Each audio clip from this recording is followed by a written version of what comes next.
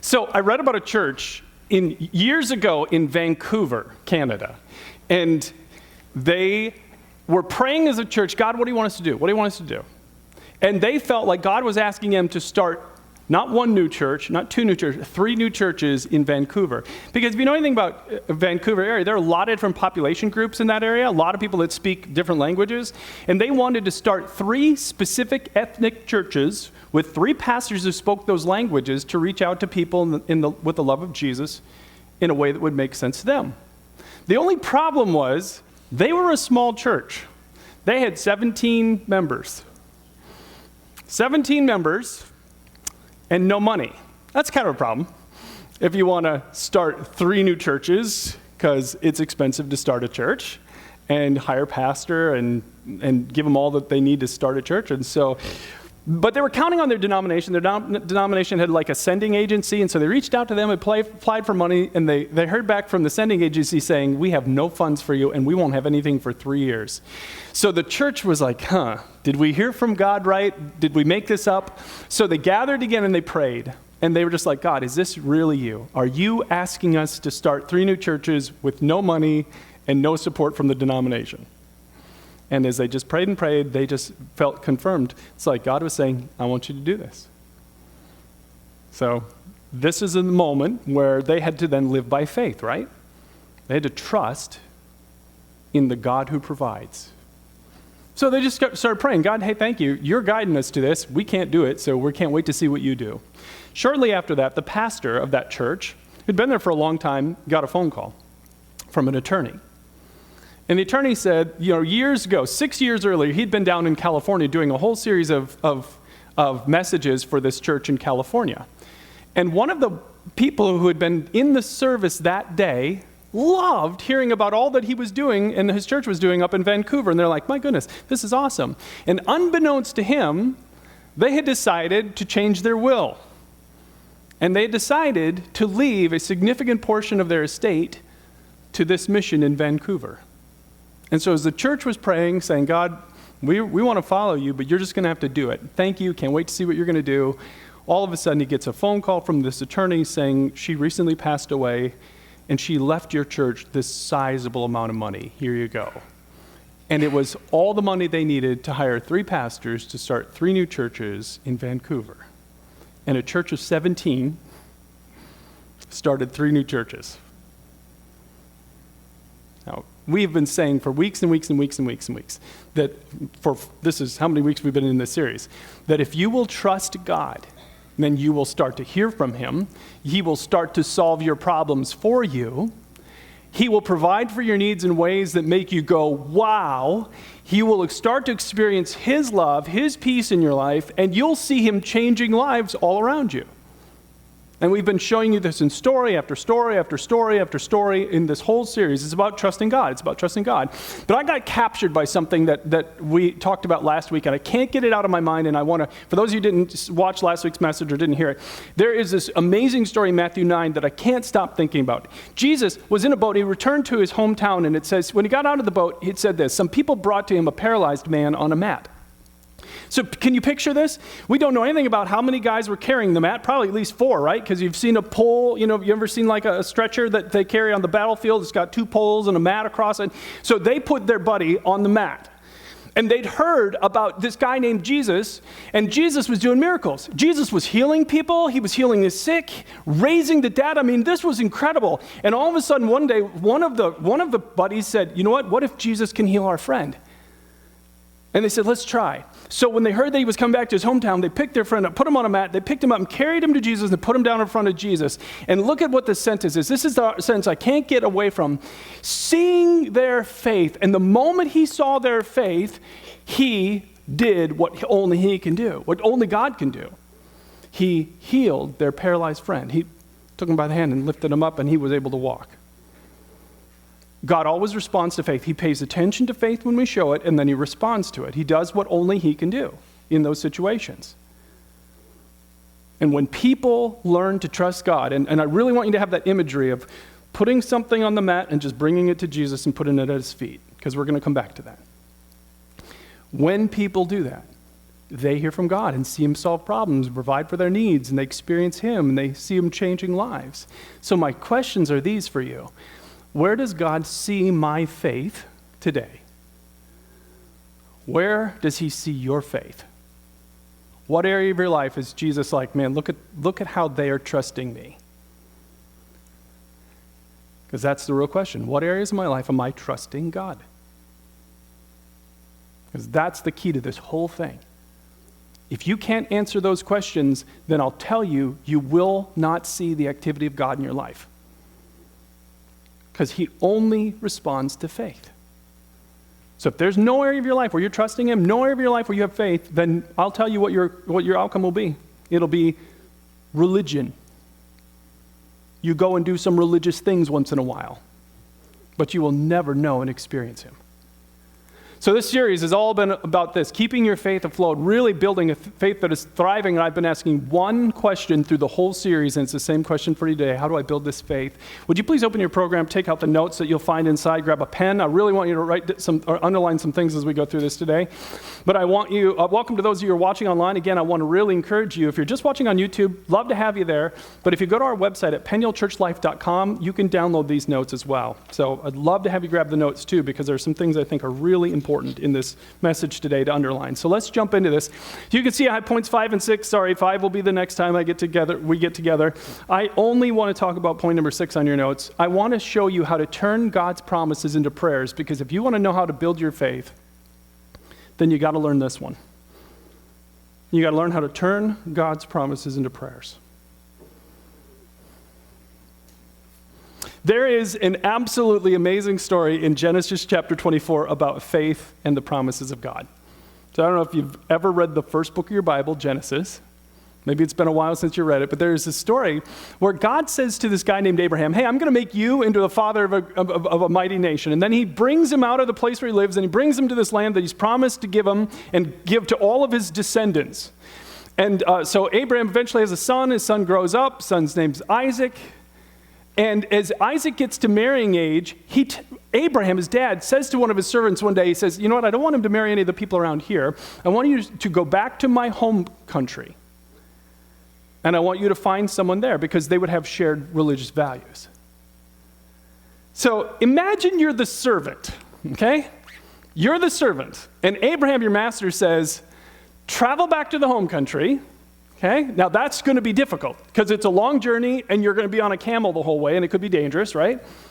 And oh, by the way, when you get there, talk one of those women, get a pretty one, talk one of those women into coming back and marrying my son, sight unseen. You want to sign up for that task?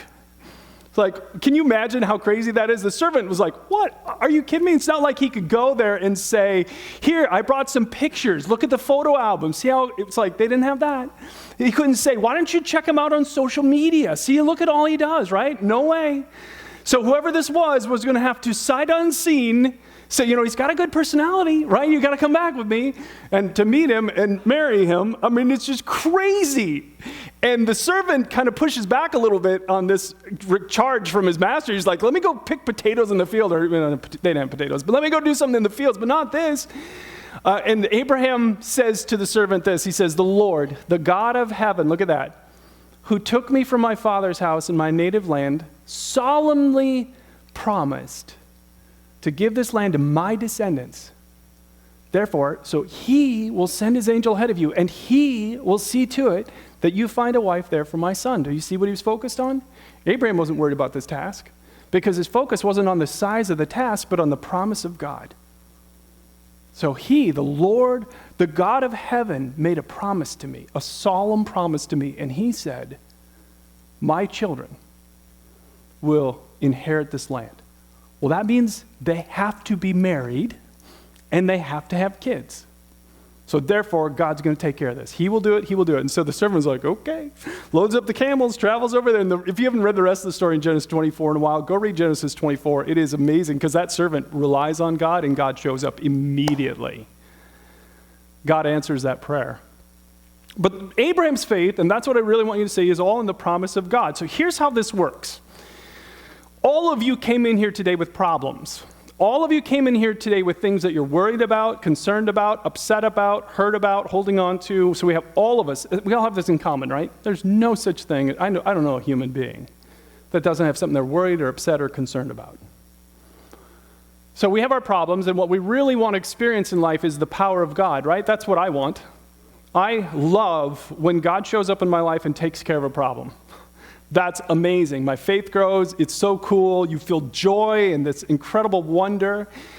And so the key to connecting our problems to the power of God are the promises of God. The promises of God connect our problems to the power of God. That's what I want you to know. And if you will learn how to pray back those promises to God, you'll know what I'm talking about. The good news is, did you know in the Bible, there are over 7,000 promises that God has made? 7,000. You think you're going to run into something that God hasn't made a promise about? No chance. 7,000 promises in the Bible.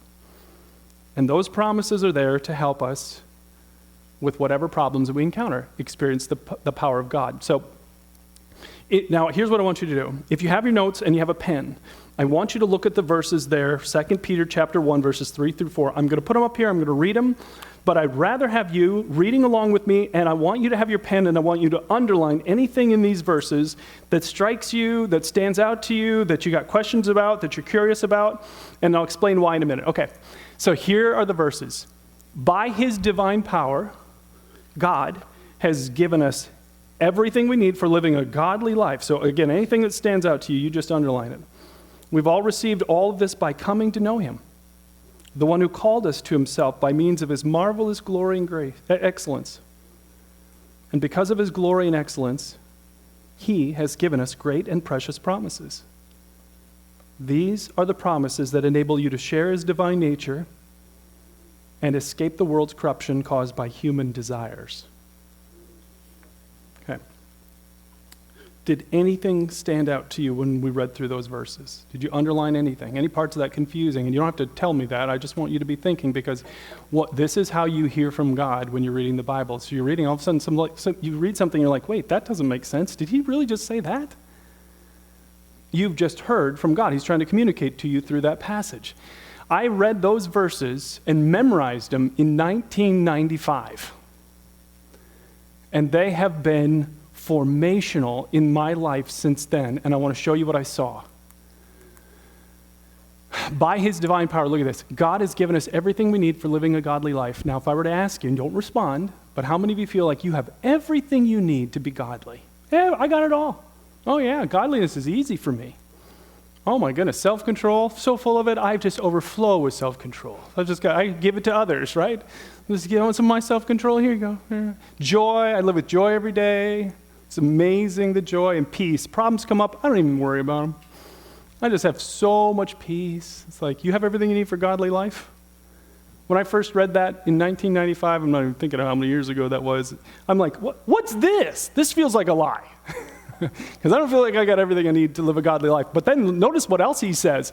Oh, and by the way, you can also share in the divine nature. So think about God, capital G, on his throne, and you think about his character and his nature. He is pure love. So what he's saying is, you know what? You can experience his pure love poured into you. He is pure joy, peace. Do you know how much God is worried about today? Nothing. Nothing. He has peace, and he's ready to pour that peace into your life. You can share in the very nature of God. That's the promise. His love and quality of joy and peace and goodness and kindness thrown into your life, just poured into your life.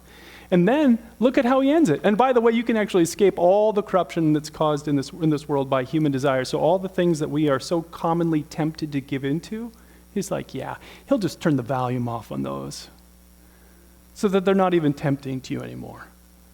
Now, how many of you feel like you have all of these qualities? I mean, this is the offer, the promise of God. And notice what he says it's all rooted in. It's all rooted in the fact that God has given us great and precious promises, and it's those promises that enable all of these changes. The promises of God are key to everything in your life that you spiritually want. The promises of God are the key. I first learned this, so I memorized those verses, and then I read the biography of my hero, George Mueller. If you come to this church, you're like, oh, for goodness sakes, you talk about George Mueller again. Yes, I am. George Mueller is my spiritual hero. No atheist, you can't be an atheist after you read George Mueller's biography. Sorry. You can be agnostic and not know what to believe, but you can't be an atheist after you read his biography. He lived in the 1800s. He documented everything that he experienced. You can read it for yourselves. You can see the buildings that I'll talk about in a moment. You can still see them. They still stand to this day. He documented everything. He had millions of answers to prayer in his life. There's nobody that lucky. Nobody. His life story, if you want to see something, you want to be challenged this year, read his story. In 1832, he was a pastor in Bristol, England. And at that time, in all of the nation of England, there were only beds for 3,600 orphans in the whole country. So 3,600 orphans in the whole country had a place to sleep at night. There were when he became, in 1832, there were over 7,000 orphans age 8 and under in prison. Can you comprehend that? Can you imagine going to visit a 6-year-old girl in pigtails in a prison cell because she was an orphan? 7,000 plus 8 and under children in prison in England that were orphans. And the reason was because, of course, there was nowhere else to put them. So if your mom and dad died, no one took you in, you lived on the streets, and what would you do to make a living? You'd steal, right? They'd catch you, they'd throw you in prison. And he was a Christian, and he read the Bible, and the Bible repeatedly says, hey, Christians, your responsibility is to care for widows and orphans. It's your job. You don't pass that off to someone else, your job, to care for them. And so he and his wife kept reading these verses, looking at the situation. We're like, we can't live in a world where this is happening, and God's telling us not to. So he and his wife began to take in orphans and care for them in their home. Pretty soon after they outgrew their home, they had to get a bigger space, and then a bigger space. In his lifetime, and here's the thing about it, he was a pastor, he didn't take an income for 67 years from the church. He never asked a single human being for $1, ever. When he had a need, he would write it in those notebooks. You can read it in his biography. You can read it. He'd put the date down. He'd put down the request. And he said he did this so that when people would go back and read this, they would see how faithful God was. In his lifetime, he cared for over 10,000 orphans. 10,000 children. I mean, can you imagine what inflation would do if you're caring for 10,000 children? Imagine the budget, and he was never worried about it. It's like, it's all right, God will take care of us. He built enormous buildings. These buildings still stand. You can go visit and tour them today. Built entirely by faith. One of the buildings, I don't know if it's this one, he prayed 6 years and 8 months for every dollar. He calculated how much would it cost to build an entire orphanage where I could house this many children. I think the number was 300 in the one building. And he calculated the cost, and then he just put that in front of God and said, hey, God, you know what? You've promised that we're supposed to care for widows and orphans, so we're doing it. So thank you that you're going to provide all that we need. And he tracked every dollar that came in for this new building that he wasn't asking anybody to give to. So how would they even know? Oh, because he can change people's hearts and minds. He can put it on your mind to give something to someone and not even understand why you're doing it. And in 6 years, 8 months, all the money was given, and they built another building for free, and another building, and another building. And he would focus all of his attention upon reading the Bible and finding what God had promised, and put his finger on the promise and quote that back to God. And every single time, God always came through, and nobody's that lucky. Nobody. You can read the biography. It will just amaze you what God will do with anyone who trusts him. But you won't do any of this unless you come to the point where you get this settled in your mind. I need you to write this down. I need you to think about your answer to this. Do you believe that the promises in the Bible are guaranteed to you? Because too many Christians act and live as if, oh yeah, the promises are true for people like George Mueller, and they're true for people like the Apostle Paul, or Moses, or Abraham, or these big characters, but they're not true for me. So you think that, because in that case, you're calling him a liar. I probably wouldn't do that. You have to believe that they're true for you. And I really want you to settle that in your mind today before you walk out here. The promises that God has made in the Bible, those 7,000, they're true for me. So here's what you do with them then. First, you bring all your needs to God. You learn to trust him with anything that comes up. Anything that comes up this week, Because something will come up for some of you, right? A percentage of you, something's going to come up this week. I'm so sorry, but some of you, your car's breaking down this week. I apologize. It's not my fault. I'm just calling it out in advance, right? It's going to happen. Some of you, an appliance is going to break. Something's going to be like, oh, that Brian, doggone him, right? I didn't do it. I'm just calling it out. Something's going to happen this week. Something's going to happen. And I want you to picture when that need arises, you just put it on that mat, and you're one of those friends bringing it to Jesus, and you're just putting it down. That's what I want you to picture. That's the imagery I can't get out of my mind anymore.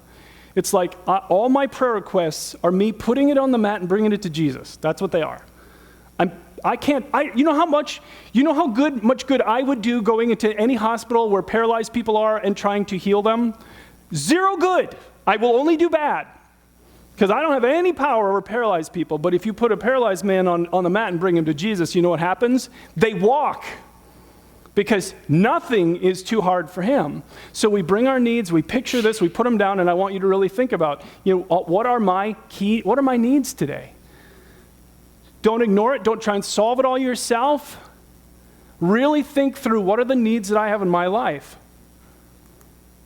And do any of these resonate with you? Any spiritual needs, emotional, financial? I mean, my goodness, the statistics about the number of Americans living paycheck to paycheck right now, staggering. The number of people that are hungry in America, staggering. There are a lot of needs in America right now. But that last one, think about relational needs, because some of you, here's what I want to say to some of you. Some of you are absolutely driving yourself bonkers trying to control somebody in your life who's on a path that you know is not healthy for them. You're driving yourself crazy trying to control their behavior because they're drinking too much, or they're making a horrible financial decision right now, or they're on a path that you know is really bad for them, and you're just trying so hard to get them off that path. The truth is, you can't control yourself, but you're going to control them. You're making yourself crazy, and they don't want to see you coming. That can't be the way of God, right? Put it on the mat and put it at the feet of Jesus. Does that make sense? Stop trying to heal paralyzed people. You don't have the power. Stop trying to solve it all yourself. You don't have the power. But there's a God so powerful that nothing is impossible to him. So first, put it on that.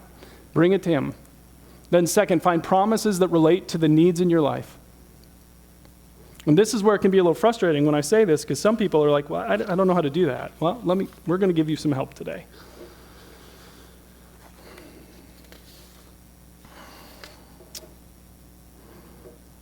This is really critical that you understand what's at stake. Look at this verse. God is not a human that he should lie. Do humans lie? It's politicians, it's elections, right? I mean, we are lied to every day countless times, right? You just know it. They're lying. God's not a human. He doesn't lie. He doesn't change his mind. Does he speak and then not act? Listen to this last sentence, and I want you to think about the answer to this. Does God promise and not fulfill his promise? Does God promise and not fulfill? What's the answer? He cannot. You know that, right? If I make a promise to you and I break that promise, you no longer trust me, right? Your trust is going to go down. If God ever were to sit from his throne, declare a promise, one of those 7,000 promises in the Bible, to make a promise to you and then break that promise, he's no longer God. He's done that day. That day, he's done. So he will never, ever, ever, ever break any of the promises he's made to you. He cannot. His character won't allow it because he is holy and good and loving and pure and just. So he must do what he said. So our confidence is in him. They're guaranteed. Somebody once described it like this. It's like you have received, whenever you have a promise of God, it's like he's given you a blank endorsed check. So you put your name down, you put the need down, and you slide it across the counter to him, and it's guaranteed at any bank in the world. Now, again, that doesn't help. Some of you are like, but Brian, the book is huge. How am I supposed to find one of those promises in here? And so this is why we talk all the time about the importance of getting into a Bible reading plan where you're reading through the Bible. Just start to understand what he said. It's going to take a little while, but we got some help for you today. On the back counter, and for those of you watching online, I'm sorry, if you write us at the church and send us an email, we'll send you one of these. But we have about a dozen of these on the back counter one per family today. We ordered a whole lot more than that, and they didn't all arrive by today. So when we get together again, we'll have all of them. And these are little booklets full of the promises of God. So here I'm saying the promises of God are the key to experiencing God. The booklet contains all kinds of promises of God for you. You can just have one on your way out, and like I said, come back in the next few weeks, and we will have all of them. And anytime you see one on that back counter, take one, it's yours. I don't want it to be one per family. I want all of you to have one. Matter of fact, I don't care if you take two. You want one at your desk and one at your home. I don't care, whatever you want. We just want you to have access to them, because you got to know what he's promised, right? And then what you do is you pray those promises back to God with thanksgiving. This is faith. Remember what I said at the beginning? It's all about faith. You have to trust him with something. So this is how you do it. You pray the promises back to God with thanksgiving. One of my favorite promises in the Bible is right here. I'm going to show it to you. So if you want to write a fun one down, just write this reference down and you can Google it later. James chapter 1, verse 5, one of my favorite promises in the Bible. Look at this. If you need wisdom, ask your generous God, and he will give it to you. All right, that's a nice promise. He literally says, you know the connections in your brain, those little neurons that don't fire so well? He said, I will, if you ask me, I'll make them fire better. I will make new connections form in your brain, and you will be wiser than you could ever be on your own. So look at this. If you need wisdom, how many don't need wisdom today? I mean, my goodness, how many decisions are we making on a regular basis that require wisdom? How many of us need wisdom in our relationships? Would your relationships get better if you were wiser? Would our work get better if we brought more wisdom to our work? So he said, hey, here, and remember, most of the promises in the Bible are conditional. Look at our condition. We have to ask him for it. If you don't ever ask him, he'll never make you wiser. He's not just going to do it, because then you will take all the credit for it and you won't rely on him more and you won't be grateful. So if you ask, then he might give it to you, right? That's what it says? No, it's not. It's a promise. Promised wisdom. So here's how you use a promise like this. Remember what I said? You bring your need to him. God, I don't know what decision I should make or how to move forward. I don't know if any of you feel a little bit lost today. You feel a little bit struggling. It's like, I don't know what decision to make. I don't know what to do in this situation. Okay? I'm putting this situation on the mat, and I'm bringing it to you, Jesus. You promised me wisdom, so you put your finger right on that. You made a promise right here in James chapter 1, verse 5, that you will give me wisdom. So thank you that you're making me wise in this area of my life. And this is how I really encourage you to write out your prayer requests. So this is my notebook where I write down the things I'm praying about, and lately I've just been typing them up because then I can read my own handwriting. So sorry about that. But if you have decent handwriting, you write them out. And here's the section, part of the section where I'm writing out the things I'm praying for. And I literally have words like that specific to my situation right here. And I have James chapter 1, verse 5 written right here. And I'll put my finger, it's actually right here, I'll put my finger on that promise when I'm praying it and saying, you made this promise to me. You can't lie, so thank you that you're making me wiser. And some of you know me, you say, Brian, he doesn't seem to be answering that prayer very fast. I get it, I understand, still a long way to go, right? But he can't lie. He will make you wiser. This is one of his many promises in the Bible, one of the 7,000 that's so relevant to us in a world like this. You bring those needs to him, you find what he's promised, and then you thank him. Remember, if you thank him after he does something, that's called gratitude. Thanking him before is called faith. So you thank him before you even see him doing it. Now, I've watched Christians really trip on this one, and I want to warn you about two problems that happen when you start doing this. Problem number one is claiming a promise that God has not promised. I don't have that on your notes. You're welcome to write it down on the side if you want, or something like that, wherever you want. But this is really critical. I've watched Christians trip all the time because we live in a world that is constantly putting things in front of you and saying, this is really important, and then we bring that into our Christianity. And it's not a part of Christianity. So I'm sorry, I'm about to burst some of your bubbles today because there are a lot of Christian teachers saying these things, and I need you to know they're not true. They're not promises, okay? you claim these promises, you're going to be disappointed. God will make you rich. That's an American mentality. It's not a Christian mentality. Many times, the worst thing that happens to people is they get rich. Do you know what happens to lottery winners? Do you know the disaster that happens many, many times to people who get rich? Disaster. 1/3 of them file bankruptcy within a short time. Many of them, alcoholism, drug use. I mean, the horrible, horrible stories. It's not what's best for everybody. Can we all acknowledge that? Then there are plenty of people who can't handle money. And the worst thing that God could do for some of us would be to give us money. And God never promised, I'm going to make you rich. That's an American mentality. Usually told by a televangelist late at night, telling you to send him money so you can make him rich, and then you'll get rich somehow too. Don't send him the money. God will make you happy all the time. That's Americanism pushed onto our Christianity. Jesus literally said, you're going to have trouble in this world, but be of good cheer, I've overcome the world. And he said, my peace is still available even in the middle of trouble. God literally, there are many people who are like, I can't tell you how many times I've watched people walk away from God because they couldn't find a spouse or because they got one. So either way, it's like God can't win on that one. So it's like, he can't win on that one, no matter what. It's like, dang. God will give you the American dream, right? Big house, great job, lots of vacations, so you don't even need him. That's what happens. I mean, I was talking to my wife about this week. It's like, look at what's happened as our society drifts further and further away from God and from Jesus. It's like mental illness is rampant. Addictions are rampant.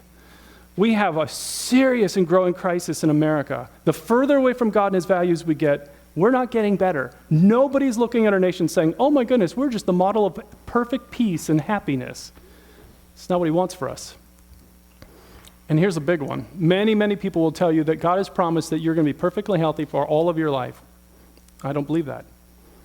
So he has promised health in emotions. He's promised healing in our emotions. He's promised healing for us spiritually, but I don't believe physically healthy. And so here's why this is important. I had a friend years ago who's had a family member who was on a bad path. And my friend found a promise in the Bible that wasn't there. Actually, she didn't even try and claim that it was in the Bible. She just claimed a promise. God's going to heal him. God's going to change him without any promise. And instead, the guy went darker and darker and darker, and her faith ended. Her faith fell apart. She felt like God had broken his word to her. Here's the problem. God never made a promise to her about him. And her faith fell apart because she claimed something that wasn't true. I don't want that for you. You have to know what he's promised, and that's why that Touchpoint book is so helpful to get you started on this. The other thing that I've seen Christians screw up is this, not waiting for God to answer. That's a big one. We are the most impatient nation on the planet. We wait for nothing. I mean, we're ridiculous about pretty much every area of our life. We want everything now, and our kids really want everything now. They want everything that we spent a whole lifetime earning, they want it now, 10 seconds ago, and they're mad that they can't have it now. It's like, what in the world? We've become so impatient about this. You literally have people who are like, I tried that dieting thing. I've had people say this to me. I tried that dieting thing, it didn't work. It's like, you did it for a whole day? It's like, all right. I tried that exercise thing, it didn't work. It's like, oh, it works. It's like, you just quit after 1 week. It just doesn't work that way.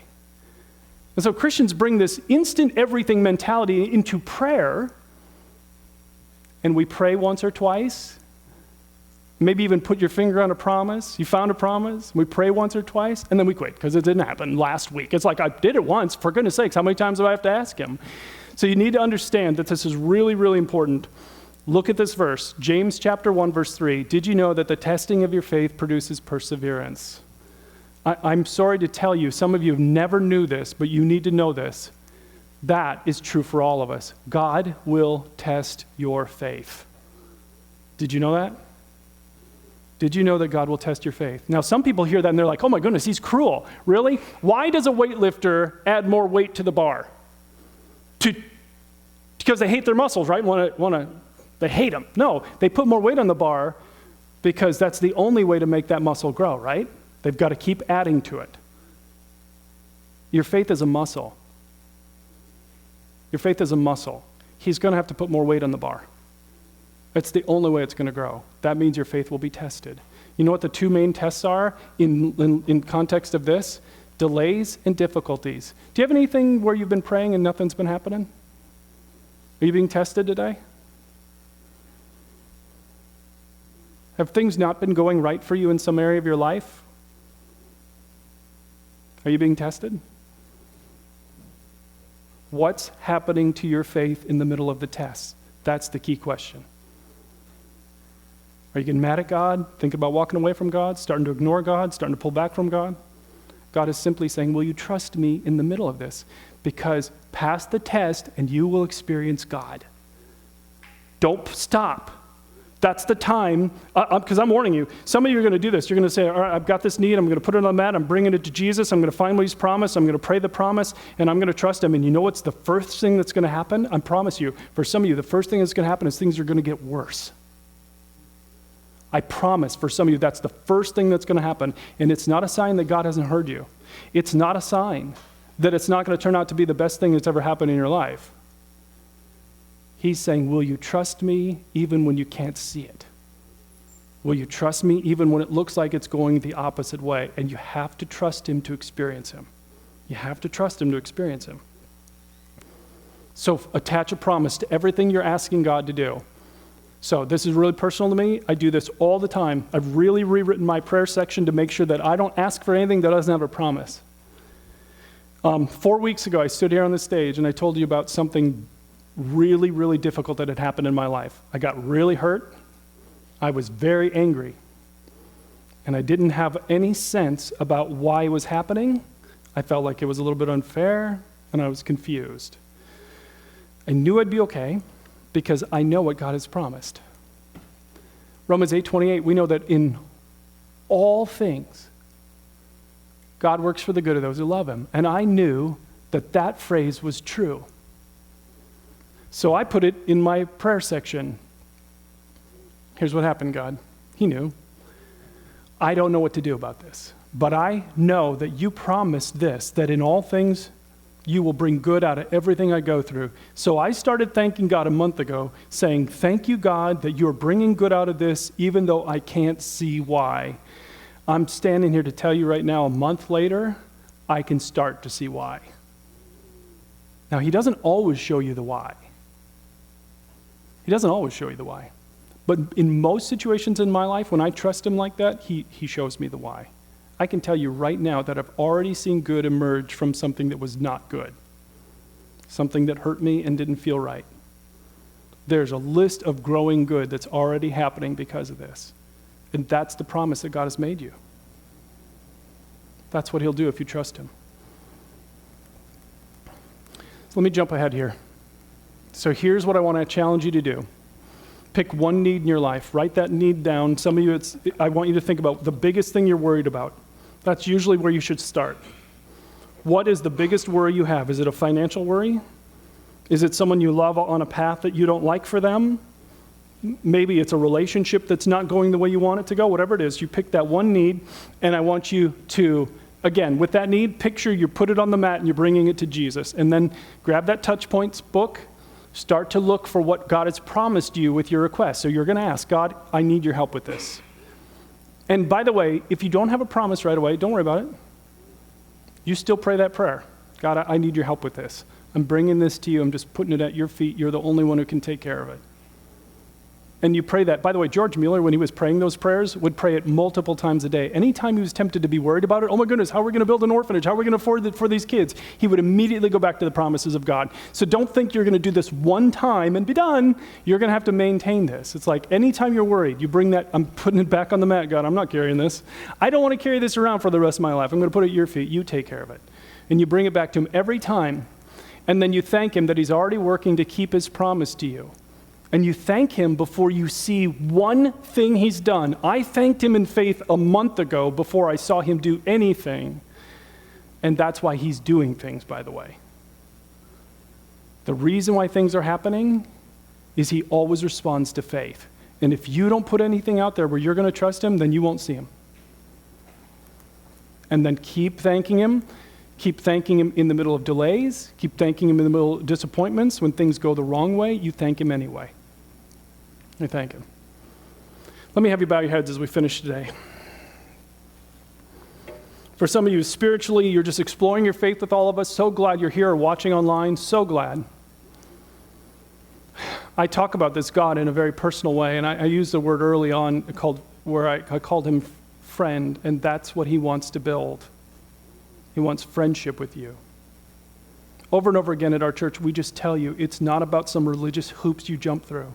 If you've turned Christianity into going to church once in a while or doing a religious ceremony, you're missing everything. You're missing everything great. Because he wants to be your friend and do life with you, and he wants you to be able to tell stories of God, of him showing up in your life and solving your problems and changing situations and people that could not be changed by any other thing other than him. And it all begins with a step of faith. Jesus Christ is alive. He rose from the dead. And with his death on the cross, he paid in full for every unloving thing you and I have ever done. And if you will let him, he will forgive you, and he will start a friendship with you. And if you're tired of religion, you're tired of rules, and you want friendship with God, here's what you say to him. Say, Jesus, I'm turning to you today. Jesus, I want your friendship.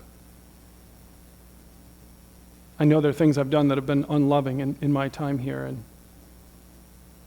I heard that your death on the cross paid for those things, so please pay my debt.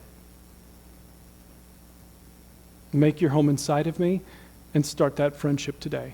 In Jesus' name, amen. Now, as we finish, would you all grab your card? And maybe you just prayed and asked Jesus to forgive you or renewed your commitment. Would you let us know about these decisions? Just check one of these boxes. And then just drop this in the offering box on the back wall where you came in. Thanks for coming. We'll see you 2 weeks.